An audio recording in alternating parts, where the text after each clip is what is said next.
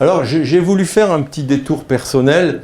C'est pas tout à fait mon détour personnel, c'est plutôt celui d'une équipe de profs.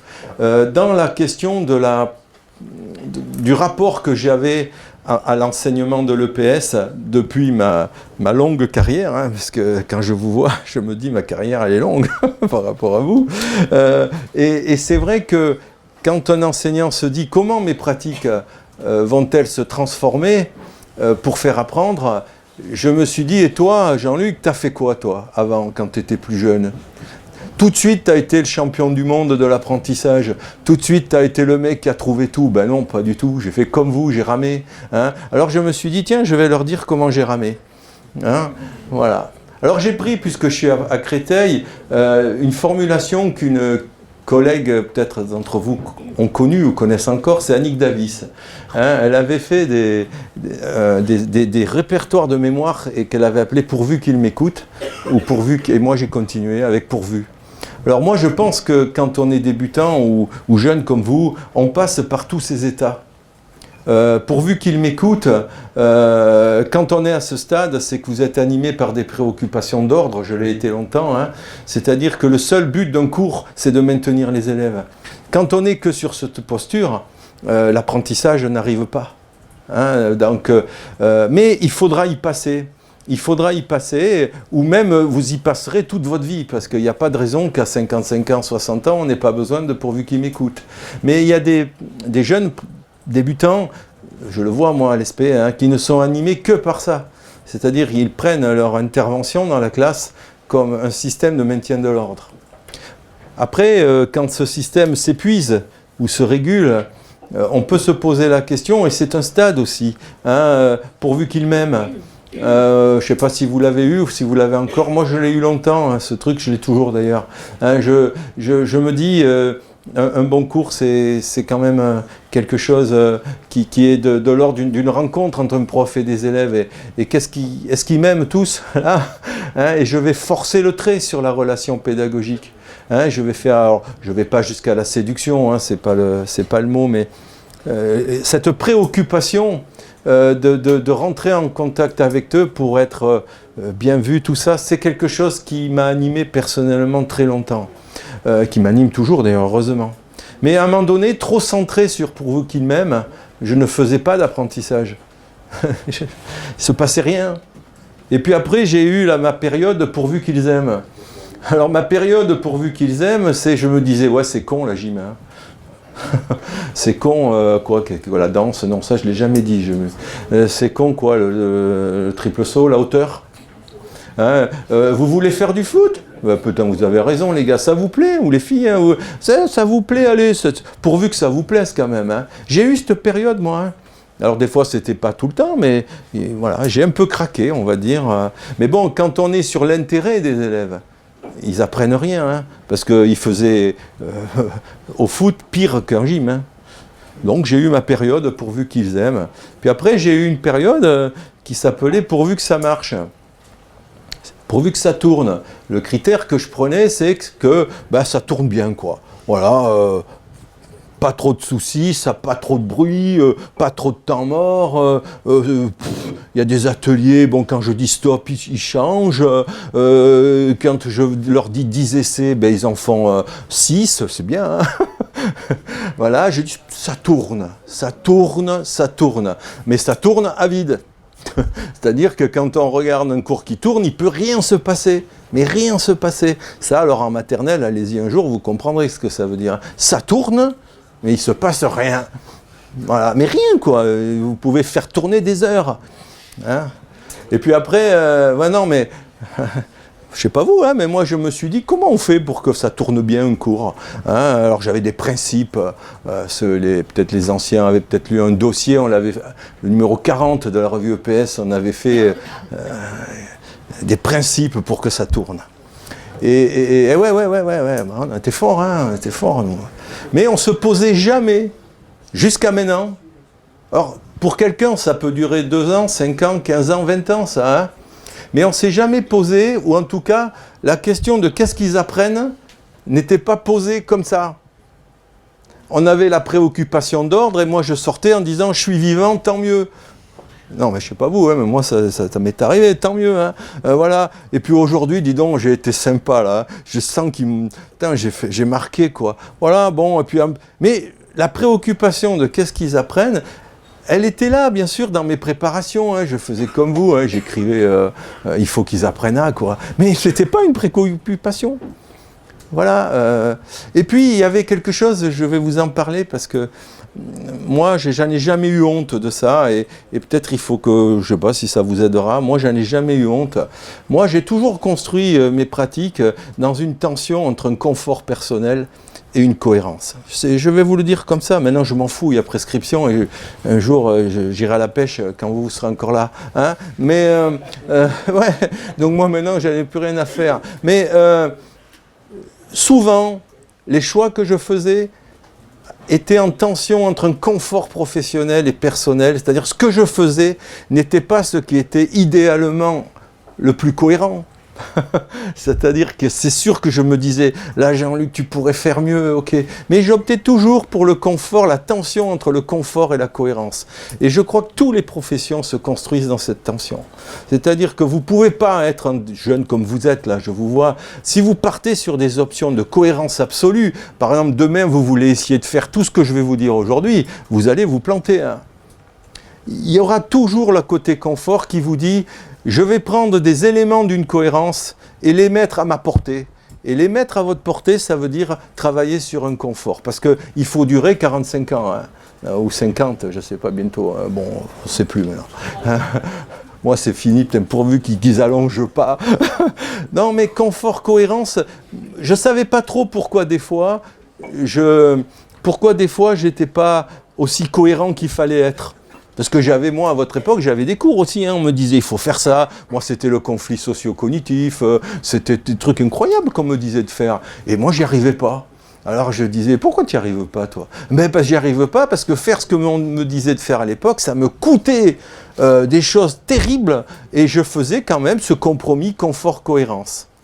Mais petit à petit, avec l'expertise, on va dire, avec la prise de conscience de pas mal de choses, vous verrez quand même, l'expérience construit beaucoup de choses. Un jour, pourvu qu'il m'écoute, c'est réglé. Hein. Un jour, pourvu qu'il m'aime, vous verrez, ça tout seul. Hein, vous allez voir, ça vient tout seul, les élèves, ils adhèrent. Bon, voilà, pourvu qu'ils aiment, vous vous direz, c'est fini, le foot, vous en ferez plus tant que je ne l'ai pas décidé. Hein, vous n'allez pas me gonfler avec votre foot. Hein. Je dis le foot, j'adore le foot, moi. Hein. Mais eux, ils vous disent, t'as suffi, oh, on fait autre chose, on fait de la danse. Voilà, on fait de la danse. Voilà. Donc tout ça, n'ayez pas peur, ça se construit. Mais j'ai fait ce petit arrêt parce que je pense qu'un prof, s'il est trop organisé par la cohérence, il va culpabiliser, quoi. Vous pouvez être incohérent des fois. Donc quand je dis, pas incohérent, vous pouvez être dans une tension confort-cohérence.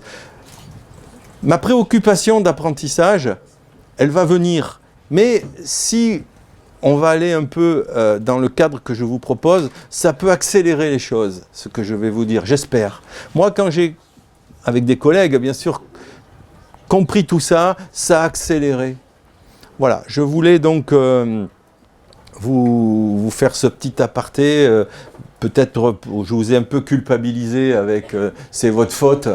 Et puis maintenant, je vous dis, ben, peut-être que voilà, on ne peut pas faire autrement. Hein.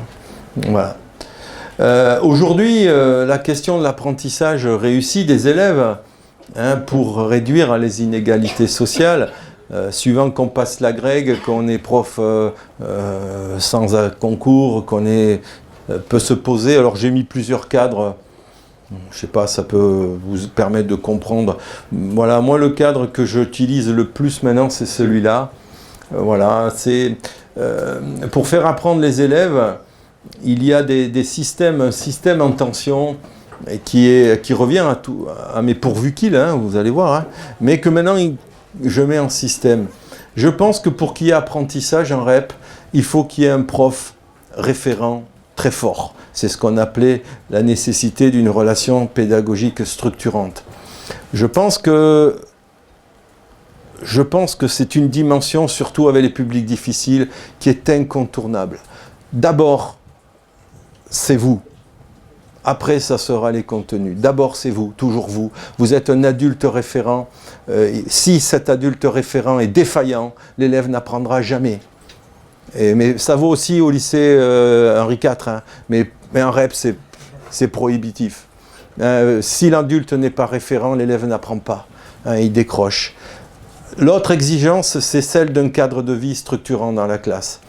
Quand je vous ai dit, pourvu qu'il m'écoute, préoccupation d'ordre, je suis passé, moi, de écoutez, les gars, écoutez-moi, je suis votre prof. Hein, voilà, en gros, mais vous faites peut-être pareil, mais bon, ils ne m'ont pas beaucoup écouté. Hein, franchement, dites-leur que vous êtes prof et que vous avez passé un concours pour être prof, ils s'en foutent quand même. Bon, le cadre de vie structurant est fait de choses fermes, souples et justes.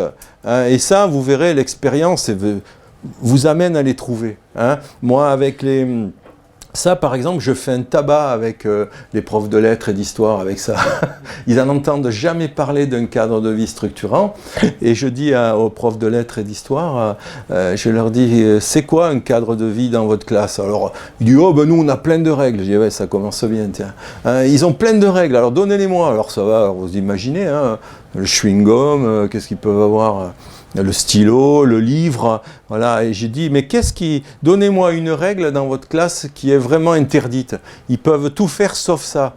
Ils ne comprennent même pas ma question. C'est-à-dire qu'ils ont un système de règles exhaustif et pléthorique, mais quand je leur dis sur quoi vous lâcherez jamais, sur quoi vous allez jouer votre autorité, sur quoi vous allez vous battre, je ne sais pas, mais je dis, trouvez, bon sang. Voilà, hein. Un cadre de vie, pour beaucoup de profs, c'est un ensemble de règles disparates et hétérogènes qui ne servent à rien. Il vaudrait mieux un nombre limité de règles, connues bien sûr, ou alors des choses qui ne se discutent pas, mais très réduites. Et c'est l'ancrage de cet homme ou cette femme ferme et humaine qui va permettre la construction de ce cadre. Et il n'en faut pas 25 de règles hein, avec les élèves. Des fois, avec une règle, ça suffit. On tient une classe. Bon, ça suffirait pas, ça. Là, je suis encore pourvu qu'il m'aime, hein, pourvu qu'il m'écoute. Vous voyez, mais maintenant, c'est un système. Quand on passe à pourvu qu'ils apprennent, moi, j'ai mis longtemps, attention, hein, mais c'est un psychologue clinicien qui me l'a fait comprendre, vous voyez, ça ne vient pas d'un prof. Il disait, comment voulez-vous que les adolescents se structurent? Bon, il disait par le cadre de vie. Oui, un cadre de vie. Comment voulez-vous qu'un adolescent se structure? Il disait, à l'adulte référent. Oui, l'adulte référent, ça, en gros, on avait trouvé. Et paradoxalement, ce n'est pas un prof qui nous a dit un jour, dans ma REP, hein, à Villeurbanne, il nous a dit, sans les savoirs qu'il appelait médiateurs, il n'y aura jamais transformation de l'adolescent. Bon sang, hein, c'est un psychologue clinicien qui me l'a dit, quoi. Les savoirs médiateurs, c'est la seule condition pour qu'un adolescent se structure. Et derrière, on a donc mis en système l'importance des savoirs. Alors, je vous lis la phrase parce que pour qu'ils attirent et attisent la curiosité des élèves, c'est une phrase, par exemple, que les profs de lettres ne comprennent pas. Pourtant, ils ont des mots. Hein. Ils ne savent pas ce que ça veut dire, un savoir qui attire et attise. Un savoir qui attire et attise la curiosité des élèves. Voilà. Et ça, moi, ça m'a tourné dans la tête. C'est lui hein, qui avait... Cette phrase littérale, elle est de Philippe Mérieux. Hein. Littéralement écrite comme ça, elle est de Philippe Mérieux. Mais ce psychologue clinicien, c'est ça qu'il a mis dans notre tête, la graine des savoirs médiateurs. Aujourd'hui, un prof, il doit se poser la question de ce qui attire et attise la curiosité des élèves. Sinon, vous êtes à côté de la plaque. Et ce n'est pas un vocabulaire de type aseptisé compétence, aseptisé savoir qui sert. C'est qu'est-ce qui... Et moi, tout à l'heure, je vous le développe hein, à ma manière. Et puis, il y avait bien sûr, pourvu que ça tourne. Et ça, c'est le rôle des modalités de transmission des savoirs. On s'aperçoit qu'il y a des habillages. Il y a des habillages de situations qui sont plus porteurs que d'autres en termes de motivation. C'est ce qu'on appelle les mises en scène. Je pense aujourd'hui que ce schéma, alors vous, les fanatiques du dossier 64, je ne sais pas si certains l'ont lu, on avait écrit à l'époque l'homme ou la femme debout, les lignes jaunes et les fils rouges. Hein, voilà, c'est le même cadre un peu. Voilà, donc ça, c'est le système qui, à mon avis, permet l'apprentissage. Si vous ne vous centrez que sur un pôle, celui de la relation pédagogique. Si vous vous centrez que sur le cadre de vie, hein, et les débutants ils sont là, hein, si vous vous centrez que sur l'artificiel, ce qui tourne autour des savoirs, les modalités, ça ne marche pas. Il faut les quatre.